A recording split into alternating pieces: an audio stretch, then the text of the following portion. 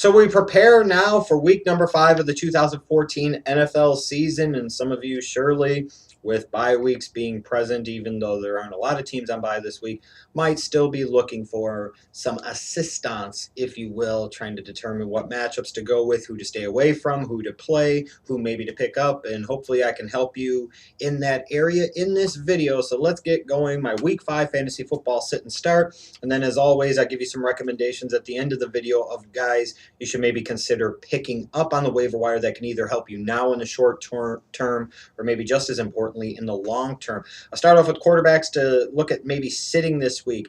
I'll look at Nick Foles of the Eagles. I think he's got a bit of a tough matchup this week, and coming off of a performance where that offense for the Eagles really didn't do much against the San Francisco 49ers, there might just be better options than Nick Foles. Tom Brady going against a very good Bengals defense coming off of some horrific offensive performances.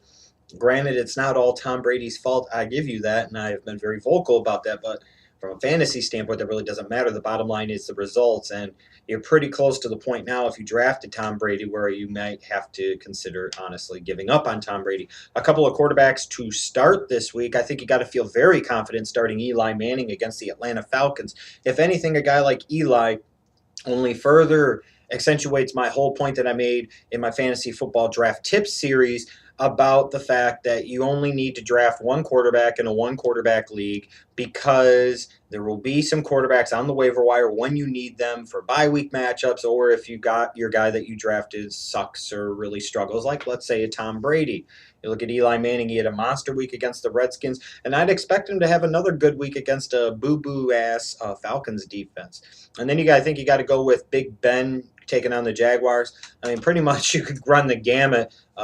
Start Big Ben, start Le'Veon Bell, start Antonio Brown. Not that those are, decisions that require a lot of thought, but I think you got to start Big Ben against the Jaguars. In terms of running backs, I'd look at maybe sitting Arian Foster this week. You don't know how his hamstring's going to be, and he wasn't very effective on the ground last week. He caught some balls through the air, but man, it just doesn't sound that good, and doesn't sound like he's preparing himself to have a big monster week that you would want. CJ Spiller of the Bills, taking on that Lions defense that is really good against the run. Spiller hasn't done much this year, so if he's in your starting lineup, you got some better options. Maybe you're better off going with them. Alfred Morris of the Redskins taking on the Seattle Seahawks on Monday night. That's a tough matchup. The Seahawks are a tough team to run the ball against, so I think Alfred Morris could have a long day.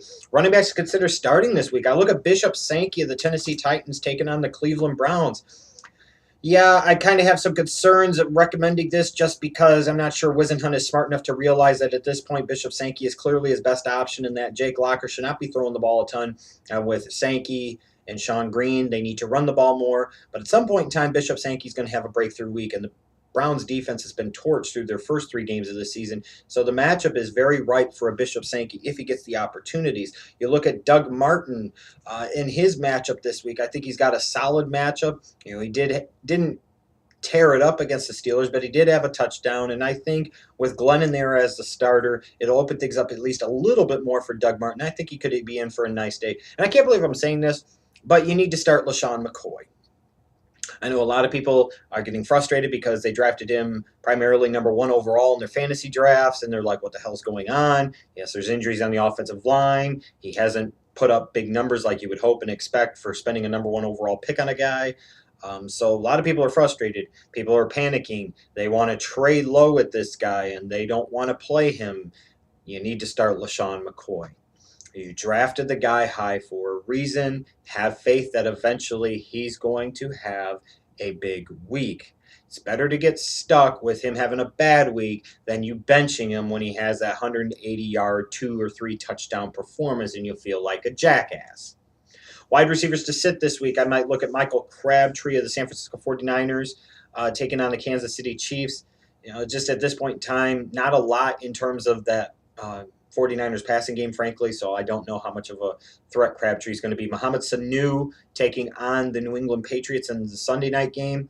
Again, that Patriots defense, even though they got torched by the Chiefs on Monday night, has by and large held up relatively well, and I think Sanu could be in for a tough day facing either Revis or maybe even Brandon Browner.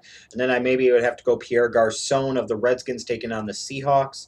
There could be some opportunities there, but again, with Kirk Cousins perhaps turning the ball over a few times, and the Redskins struggling to consistently move the ball. I wonder how many opportunities Garcon's going to actually get. Wide receivers to start maybe this week. I look at Vincent Jackson with Mike Evans out of action. You got to look at the Bucs, and they got to throw the ball to somebody with Mike Glennon, and I think Vincent Jackson is going to be that guy. So if you've got him, you've got to feel relatively confident he's going to have a nice week. Allen Hurns of the Jaguars taking on the Steelers. With Blake Bortles having a better arm, frankly, than Chad Henne, I think it opens up more options and more targets and more potential big plays downfield for Allen Hurns, and he is facing a Steelers secondary that sucks and is old. It's that simple. So even if the Jaguars get incredibly behind, hell, that might be even better for you because that means Hurns can put up some big-time garbage numbers. Calvin Benjamin of the Patriots, of the Panthers taking on the Bears. Pretty much at this point in time, if you've got a team's number 1 or number 2 wide receiver facing the Bears, you must start them because the pattern, the history suggests that that receiver is going to have a nice day, as I would fully expect Calvin Benjamin to have against the Chicago Bears secondary that was absolutely torched by Cobb and Nelson and Aaron Rodgers in Green Bay's passing game last week. I also look at maybe Eddie Royal as a short-term start going against the Jets. That Jets secondary is boo-boo, and it seems like when the Chargers face boo-boo secondaries, that's when Eddie Royal has some big days. 6 or 7 catches, 2 touchdowns. You can't count on that all season long, and eventually it'll catch up with you. But maybe week 5, him playing the Jets, that might be a way to go. Some defenses to look at sitting.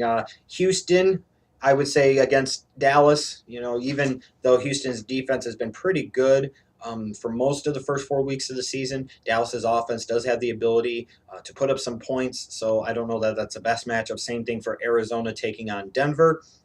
Again, do you really want to gamble that Arizona's defense is going to contain Peyton Manning in that offense? I don't know about that. In terms of a defense to maybe start this week, I would look at the Detroit Lions taking on the Buffalo Bills.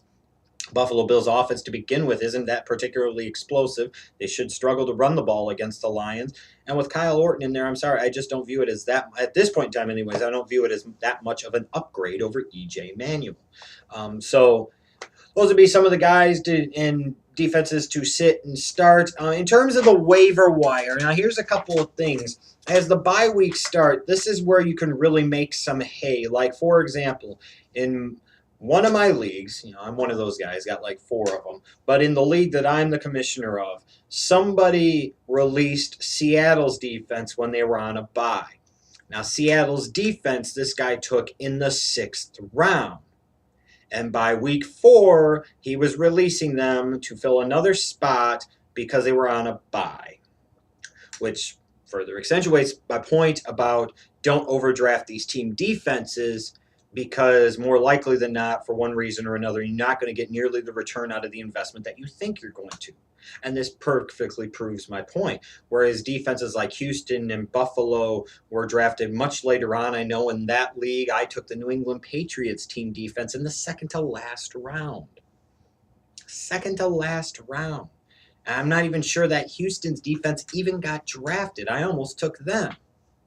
So, but my point is I'm getting at is this is where you can really make some hay and set yourself up for the long term as other teams and owners are panicking because they need to fill voids. They've got a guy that's injured, what have you. You could swoop right in, pick these guys up, store them on your bench a little bit, and then you're really raring to go come the end of the season in fantasy football playoff time. Now, here's some other guys, though, I think that could potentially help you. Let me pull up my list really quickly here. A couple of guys just to keep your eye on, if nothing else. If you're really desperate for running back help in week number 5, maybe you gamble, roll the dice a little bit on Darren Reeves of the Panthers taking on the Chicago Bears. Based off of injuries to guys like Williams and Stewart and Tolbert, Darren Reeves is going to get opportunities, and the Bears' run defense is not that good. So it might only be for 1 week, but if you're in a bind and you need running back help for 1 week and then you got to figure out the rest later, a guy like Darren Reeves this week might be the guy to get it done for you. Looking a little more long-term, maybe an Alfred Blue of the Texans. Arian Foster's hamstring is still a problem. He's still not 100%. What happens if he gets injured again? Alfred Blue probably is going to get the lion's share of the carries as a result. Maybe he's worth a stash and store, especially if you own Arian Foster or even if you don't. I look at another guy here that kind of goes under the radar. I'm not quite developing the man crush on him like I did Andre Ellington last year, but Denard Robinson of the Jacksonville Jaguars. A couple of reasons I like him. Number 1, as the Jaguars play more and more garbage time, I think he's going to be the running back that gets more opportunities in the second halves of games because I think he's better as a pass catcher than Toby Gerhart, and he has more speed speed and more explosiveness that fits better in a no-huddle, hurry-up, 2-minute type of offense situation. What I also like about Denard Robinson is the fact that now in a lot of leagues you're going to see he has dual eligibility, both wide receiver and running back. And this is critical to me because you have some roster flexibility with him. I'm not saying he's going to be a monster, but if you play in a league, let's say, where running backs score a lot more than wide receivers, then a guy like Denard Robinson, you could put in a wide receiver slot and he gives you running back points out of the wide receiver slot that maybe even some of your other wide receivers that you drafted much higher aren't getting you. I hope that makes sense. But he has roster flexibility. I think his opportunities are going to increase as the season goes along, so he might be a guy to kind of stash and store. And then, obviously, to me, a guy like Ben Tate, if he's still on your waiver wire, the Browns spent some money on him in free agency. I would have to think they're going to give him a job or a chance to get his starting job back, and he's going to get some opportunities. So somebody like him or Jerick McKinnon, the Minnesota Vikings, again, as the season goes along, I think more and more the Vikings will get him more involved in the offense, realizing he's more explosive than Asiata.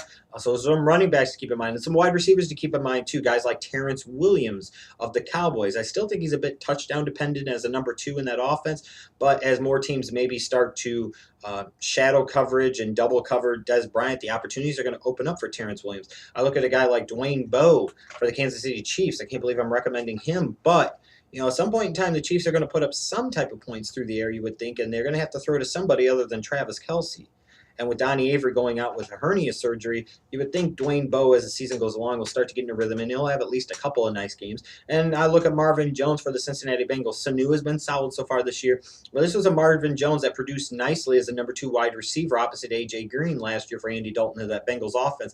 And I would expect him, when he comes back into the fold, to give him a couple of games, and he might produce at a very nice level. And again, you're talking about somebody we're probably able to pick up off of your league's waiver wire.